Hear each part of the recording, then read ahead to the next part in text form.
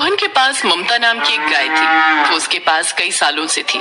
उसके आने से मोहन की गरीबी दूर हो गई थी।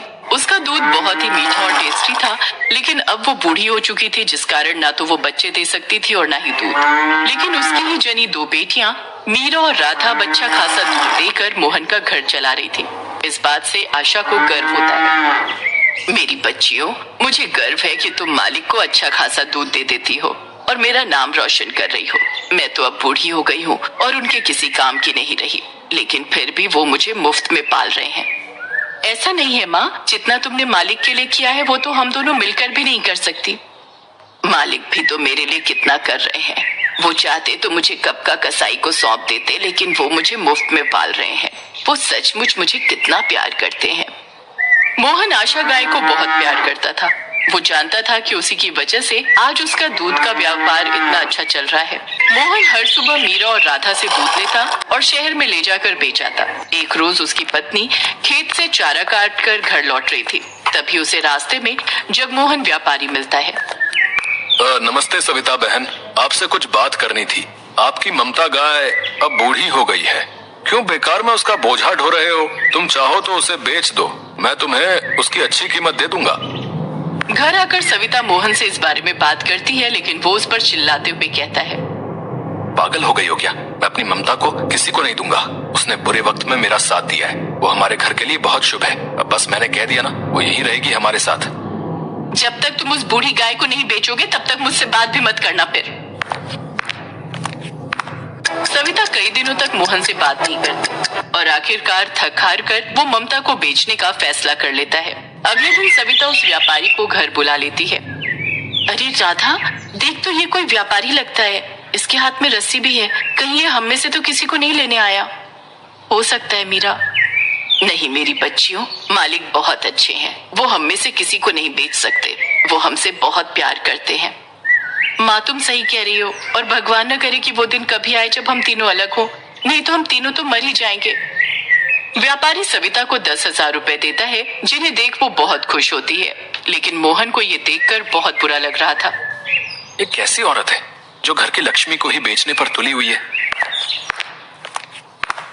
मोहन उससे लिपट लिपट कर रोता है।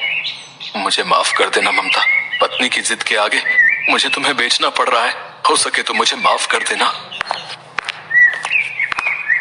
ये सुनकर तीनों गायों को बड़ा झटका लगता है। देखा माँ, आखिर मालिक ने तुम्हें बेच ही दिया। बड़ा भरोसा था ना तुम्हें उन पर। तुमने उनके लिए कितना किया, दूध के साथ अपना खून भी निचोड़ कर दिया। लेकिन अब इनकी घर गृहस्थी बन गई तो अब आप इनके काम की नहीं रही।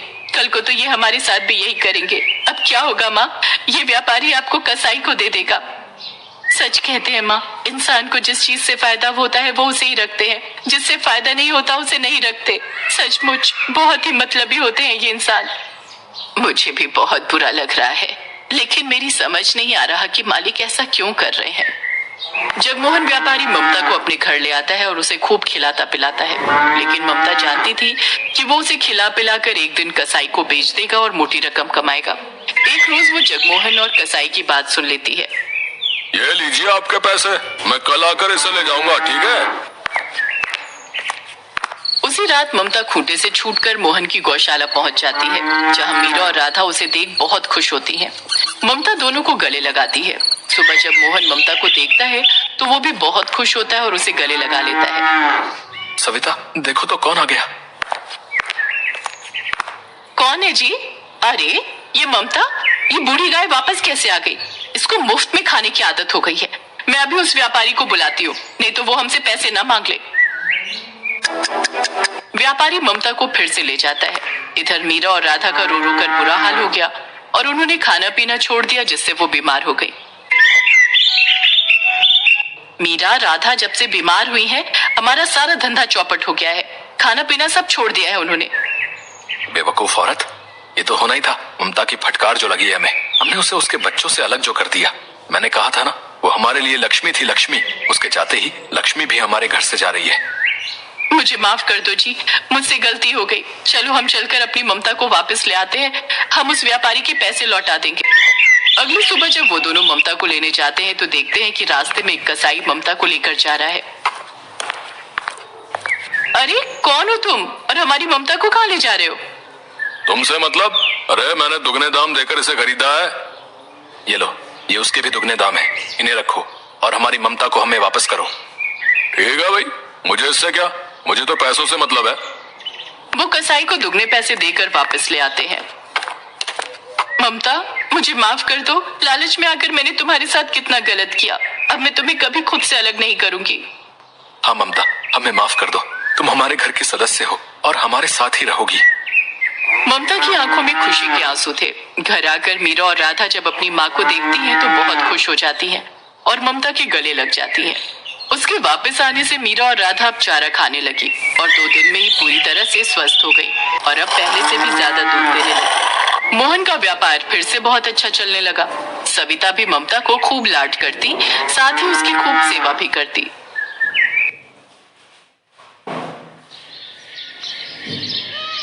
राजेश नाम का एक ऑटो वाला ऑटो चलाया करता था। उसकी बीवी शीतल और 7 साल का बेटा राजू था। वो अपने परिवार के साथ हंसी खुशी जिंदगी बसर कर रहे थे। अजी सुनती हो? हाँ, आ रही हूँ अभी। देखो मैं तुम्हारे लिए क्या लेकर आया हूँ। हाँ बोलिए, क्या हुआ? और इस पैकेट में क्या है? खुद ही देख लो, ये लो खोलो। इसमें तो साड़ी है जी। हाँ पता है मुझे। ये साड़ी किसके लिए है? अरे मेरी प्यारी बीवी, ये तुम्हें दी है तो तुम्हारी हुई ना। ये तो बहुत प्यारी है, पर इसकी क्या जरूरत थी? इतना तो हम पैसा बचा भी नहीं पाते। और ये फालतू के खर्चे क्यों किए आपने? अरे पगली, मैं वैसे भी तुझे कहाँ कुछ दे पाता हूँ। एक साड़ी ही तो है। तू कभी कुछ नहीं मांगती मुझसे। आज थोड़ा धंधे में मुनाफा हुआ तो सोचा आज तेरे लिए एक साड़ी ले चलता हूँ। बहुत दिन से तुझे कुछ दिया ही नहीं। मैं जानती हूँ हालातों को, तभी तो आपसे कुछ नहीं मांगती। चल अब ये बेकार की बातें बंद कर और इसे पहन कर दिखाओ। देखूं तो इसमें मेरी बीवी कितनी सुंदर दिखती है। शीतल साड़ी पहनने अंदर चली जाती है और थोड़ी देर में साड़ी पहनकर बाहर आती है। आहा, देखा साड़ी कितनी सुंदर लग रही है तुझ पर। ये रंग तुझ पर बहुत खिल रहा है। इसी तरह हंसी खुशी से दिन बीत रहे थे। अचानक से राजेश की पत्नी शीतल बीमार हो जाती है और डॉक्टर की फीस और दवाइयाँ देते देते राजेश को अपना ऑटो बेचना पड़ जाता है। अब तो मेरे पास पैसे भी खत्म हो गए और शीतल की तबीयत में कोई सुधार भी नहीं हो रहा। अब पैसे कहाँ से आएंगे? शीतल को इस हालत में नहीं देखा जाता। ऐसा करता हूँ, अपना ऑटो बेच देता हूँ। राजेश ये सोचकर अपनी ऑटो लेकर एक दुकान पर पहुँचता है। भाई मुझे ये ऑटो बेचना है। क्यों भाई, इस ऑटो में कोई खराबी है? ऑटो में कोई परेशानी नहीं है। मुझे पैसों की सख्त जरूरत है। मेरी बीवी बहुत बीमार है और मुझे पैसों की जरूरत है, इसलिए मुझे ऑटो बेचना पड़ रहा है। अरे भाई, अगर ऑटो बेच दोगे तो घर का खर्चा कैसे चलाओगे हैं? हाँ, पर बीवी की तबीयत भी तो देखनी है। उसकी दवाइयों के लिए मेरे पास पैसे नहीं है और मुझे कुछ समझ में नहीं आ रहा है कि अब क्या करूं। अरे भाई, एक काम कर सकते हैं आप, ऑटो बेचकर एक रिक्शा ले लो, जिससे कुछ पैसे भी मिल जाएंगे और तुम घर चलाने के लिए रिक्शा भी ले लोगे। क्या समझे? बात तो तुम सही कह रहे हो भाई। राजेश बात मान जाता है। राजेश ऑटो बेचकर एक रिक्शा ले लेता है और दिन रात उस पर मेहनत करता है। वहाँ राजेश की पत्नी की तबीयत अचानक खराब हो जाती है और वो उसे हॉस्पिटल लेकर जाता है। डॉक्टर साहब, मेरी पत्नी को एक बार देख लीजिए, उसकी तबीयत बहुत खराब है। ठीक है, इसे मेरे केबिन में लेकर आओ। राजेश शीतल को डॉक्टर के केबिन में लेकर जाता है। इनकी तबीयत बहुत खराब है, आप ये इंजेक्शन जल्दी से लेकर आइए, वरना मैं कुछ नहीं कर पाऊंगा। राजेश के पास पैसे नहीं थे। थोड़े से पैसे लेकर राजेश दवाई की दुकान पर जाता है और इंजेक्शन लेने के लिए पैसे देता है। इनमें 10 रुपए कम है। भाई मुझे इंजेक्शन दे दो, मेरी बीवी की तबीयत बहुत खराब है। पहले 10 रुपए लेकर आओ। प्लीज मुझे ये इंजेक्शन दे दो, नहीं तो मेरी बीवी मर जाएगी। भाई मेरे पास यही पैसे हैं और मुझे इंजेक्शन की बहुत जरूरत है। राजेश उसी दुकान के सामने रोने लग जाता है। उस दुकान वाले से रोते रोते अपनी बीवी के लिए इंजेक्शन मांग रहा होता है, लेकिन वो दुकान वाला बहुत लालची था। वो राजेश को वहाँ से भगा देता है। अरे कुछ भी करो, मुझे 10 रुपए दो तभी इंजेक्शन मिलेगा, वरना निकलो यहाँ से। राजेश बिना इंजेक्शन के ही वापस आ जाता है और उसकी बीवी का देहांत हो जाता है। राजेश अपने बेटे के साथ रहने लगता है।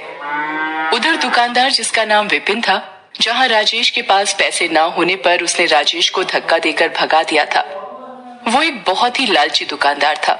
वो दवाइयों से बहुत पैसा कमाता था, इसीलिए उसने अपनी बहुत जायदाद कर ली थी। आजकल धंधे में बहुत कमाई हो रही है, हर माल में मुनाफा हो रहा है। अब एक काम करता हूँ कि एक प्लॉट और ले लेता हूँ। हाँ। विपिन घर पहुंचता है और प्लॉट लेने की सोचता है। पापा पापा। तभी विपिन को अपने बेटे की आवाज सुनाई देती है और भागकर जाता है तो देखता है कि उसका बेटा जमीन पर बेहोश पड़ा है। वो अपने बेटे को लेकर अस्पताल पहुंचता है। अब डॉक्टर साहब देखो, अब मेरे बेटे को क्या हो गया है? ये बेहोश कैसे हो गया? पता नहीं, जब मैं इसके पास गया तो ये बेहोश पड़ा हुआ था। मुझे इसका चेकअप करना होगा। डॉक्टर उसका चेकअप करता है तो वो विपिन को बताता है। अब क्या हुआ डॉक्टर? मेरा बेटा ठीक तो है? नहीं। क्या हुआ डॉक्टर? आप जरा तसल्ली रखें। अब क्या बात है डॉक्टर साहब, ऐसा आप क्यों कह रहे हैं? मुझे बहुत दुख के साथ कहना पड़ रहा है कि आपके बेटे को कैंसर है।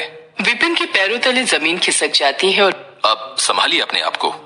ये क्या कह रहे हो डॉक्टर साहब? ऐसा कैसे हो गया? ये सच है विपिन जी। अब क्या कर सकते हैं? मेरा बेटा ठीक तो हो जाएगा ना? हाँ, उसके लिए कुछ महंगी दवाइयां जरूरी हैं और कुछ टाइम इलाज करना पड़ेगा और आपको थोड़ा सब्र रखना पड़ेगा। विपिन अपने बेटे का इलाज करवाना शुरू कर देता है। इस इलाज में बहुत पैसा लगाता है पर उसका बेटा ठीक नहीं होता। एक दिन उसके बेटे की तबीयत ज्यादा खराब हो जाती है तो डॉक्टर उसे दवाई लेने के लिए भेजते हैं। जैसे ही दवाइयों की दुकान पर जाता है, दवाई मांगता है। अब भाई मुझे ये दवाई जल्दी से दे दो। ये दवाई तो बहुत महंगी है, क्या तुम्हारे पास इतने पैसे हैं? विपिन अपनी सारी जमीन जायदाद गंवा चुका था उसके इलाज में। अब उसके पास कुछ भी नहीं था, सिर्फ चंद रुपयों के अलावा। वो अपने सारे पैसे उसको दिखाता है और कहता है कि मेरे पास ज्यादा नहीं है, बस यही रुपए हैं। इतने में दवाई नहीं आएगी, 100 रुपए और चाहिए। पर भाई मेरे पास इतने ही पैसे हैं। तो दवाई नहीं मिलेगी, जाओ और पैसे लेकर आओ, जाओ। अब मेरा बेटा बहुत बीमार है, मैं आपके 100 रुपए जल्दी ही चुका दूंगा। चलो हटो, निकलो यहाँ से, पहले 100 रुपए लेकर आओ। तुम्हारे जैसे रोज आते हैं, चलो भागो यहाँ से, गरीब कहीं के।